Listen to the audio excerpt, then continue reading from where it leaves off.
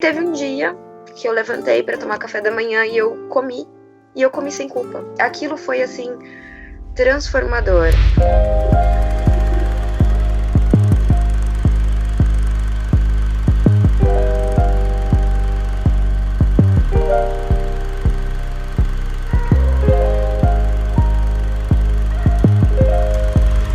Eu desenvolvi anorexia nervosa na minha adolescência, perto dos 15 para 16 anos. Antes de eu me perceber doente, eu tinha uma vida normal, ia para a escola, eu gostava muito de praticar esporte. Eu sempre tive uma preocupação em parecer perfeita, ser uma boa aluna, de ter um corpo que era aceito ali pelo meu grupo. E essa questão de perfeição, né, e de fissura por tudo se dar sempre certo, acabou também sendo um gatilho para eu fazer isso com o meu corpo. O meu dia era em torno dessa dinâmica de procurar o que eu ia comer no dia, quanto de exercício que eu ia fazer para gastar de energia, e me preocupar em negar a comida que me era ofertada o dia inteiro, almoço, janta, eu não queria comer, então a minha preocupação diária era essa.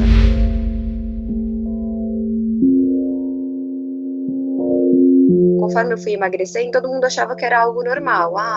Tá crescendo, tá se desenvolvendo, tá emagrecendo. Mas aí começou a passar do ponto do magro que aparentemente tá saudável. Então, eu fui ficando com os ossos mais aparentes, eu tive que comprar outras roupas e eram roupas de tamanho de criança. Os meus rins perderam função, eu cheguei a ficar com um rim comprometido em quase 80%. Eu tive pelos a mais no meu corpo porque eu fiquei tão magra, pesando 29 quilos, que o meu corpo começou a desenvolver outras maneiras de me aquecer, porque eu já não tinha mais gordura corporal para me aquecer, não menstruava mais. Mas à medida que as coisas foram se agravando e que minha mãe foi percebendo isso, ela começou a procurar ajuda médica. Ela não entendia o que estava acontecendo, embora eu já soubesse que eu tinha um transtorno alimentar. Fiquei internada por um tempo, então é como se tivessem duas pessoas de você mesma ali lutando, uma querendo o tratamento e outra não. Quando eu completei 17 anos, eu já estava terminando ali um estágio de ganhar um pouquinho de peso, já tinha ganho uns 5, 6 quilos. Até dou, assim, o crédito para esse ganho, né, ter sido pelo médico que me tratou e que não me tratou olhando apenas a anorexia, mas que olhou para mim como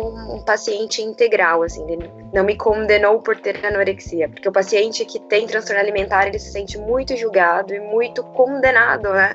Poxa, isso é um fricote, isso é uma frescura, como assim quer ser magro desse jeito, não precisa de tudo isso.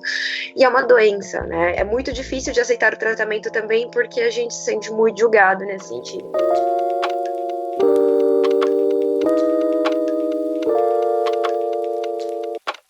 Essa questão da empatia conta muito.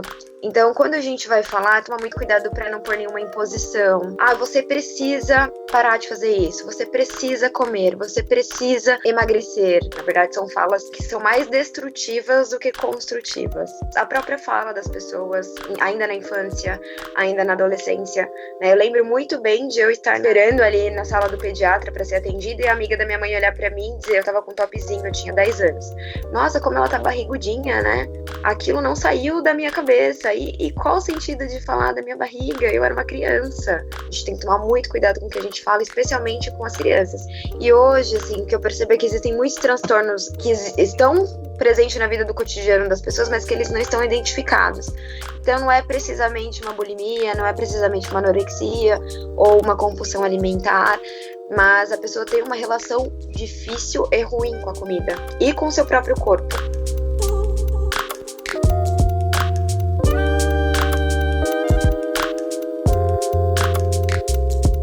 Muitas pessoas me perguntam hoje, né, Amanda, como você conseguiu vencer a anorexia? Quando eu decidi que eu teria que melhorar, quando eu olhei e disse, olha, eu tinha uma vida, essa vida não existe mais porque agora eu tenho um transtorno alimentar, então esse transtorno não pode me impedir de ter a vida que eu tinha antes ou de ter uma vida melhor que essa, eu não mereço isso. Então é como se eu tivesse caído a ficha. E aí todos os dias eu tentava. Nossa, eu passei muitos dias comendo com culpa durante esse processo. Eu comia chorando porque eu me sentia culpada, fazendo conta das calorias que eu estava consumindo. E aí teve um dia que eu levantei para tomar café da manhã e eu comi sem culpa. E aquilo foi, assim, transformador. E aquele dia eu acho que eu resgatei o meu prazer em comer. é possível, eu consigo fazer isso outras vezes, eu vou tentar. Óbvio, depois disso não foi todos os dias que eu consegui comer com prazer, mas começou a ser mais frequente o meu consumo sem culpa. Eu decidi que eu tinha que mostrar isso para as pessoas. Diz por que não? Por que não cuidar das pessoas através da comida? E por que não mostrar para elas que existe um lado importante que a gente precisa visualizar melhor?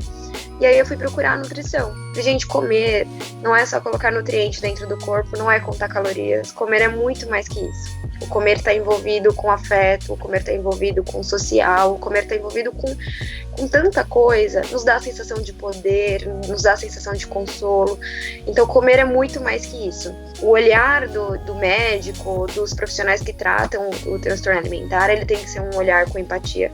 Porque nós já nos sentimos julgados de antemão já pela doença. Como eu me deixei, me permiti chegar nesse ponto, né? Então a gente já se culpa muito. Se você não tem um olhar empático ali, trabalhando em cima disso, fica mais difícil ainda aceitar o tratamento. Então entender o que aquela pessoa está passando vale muito a pena.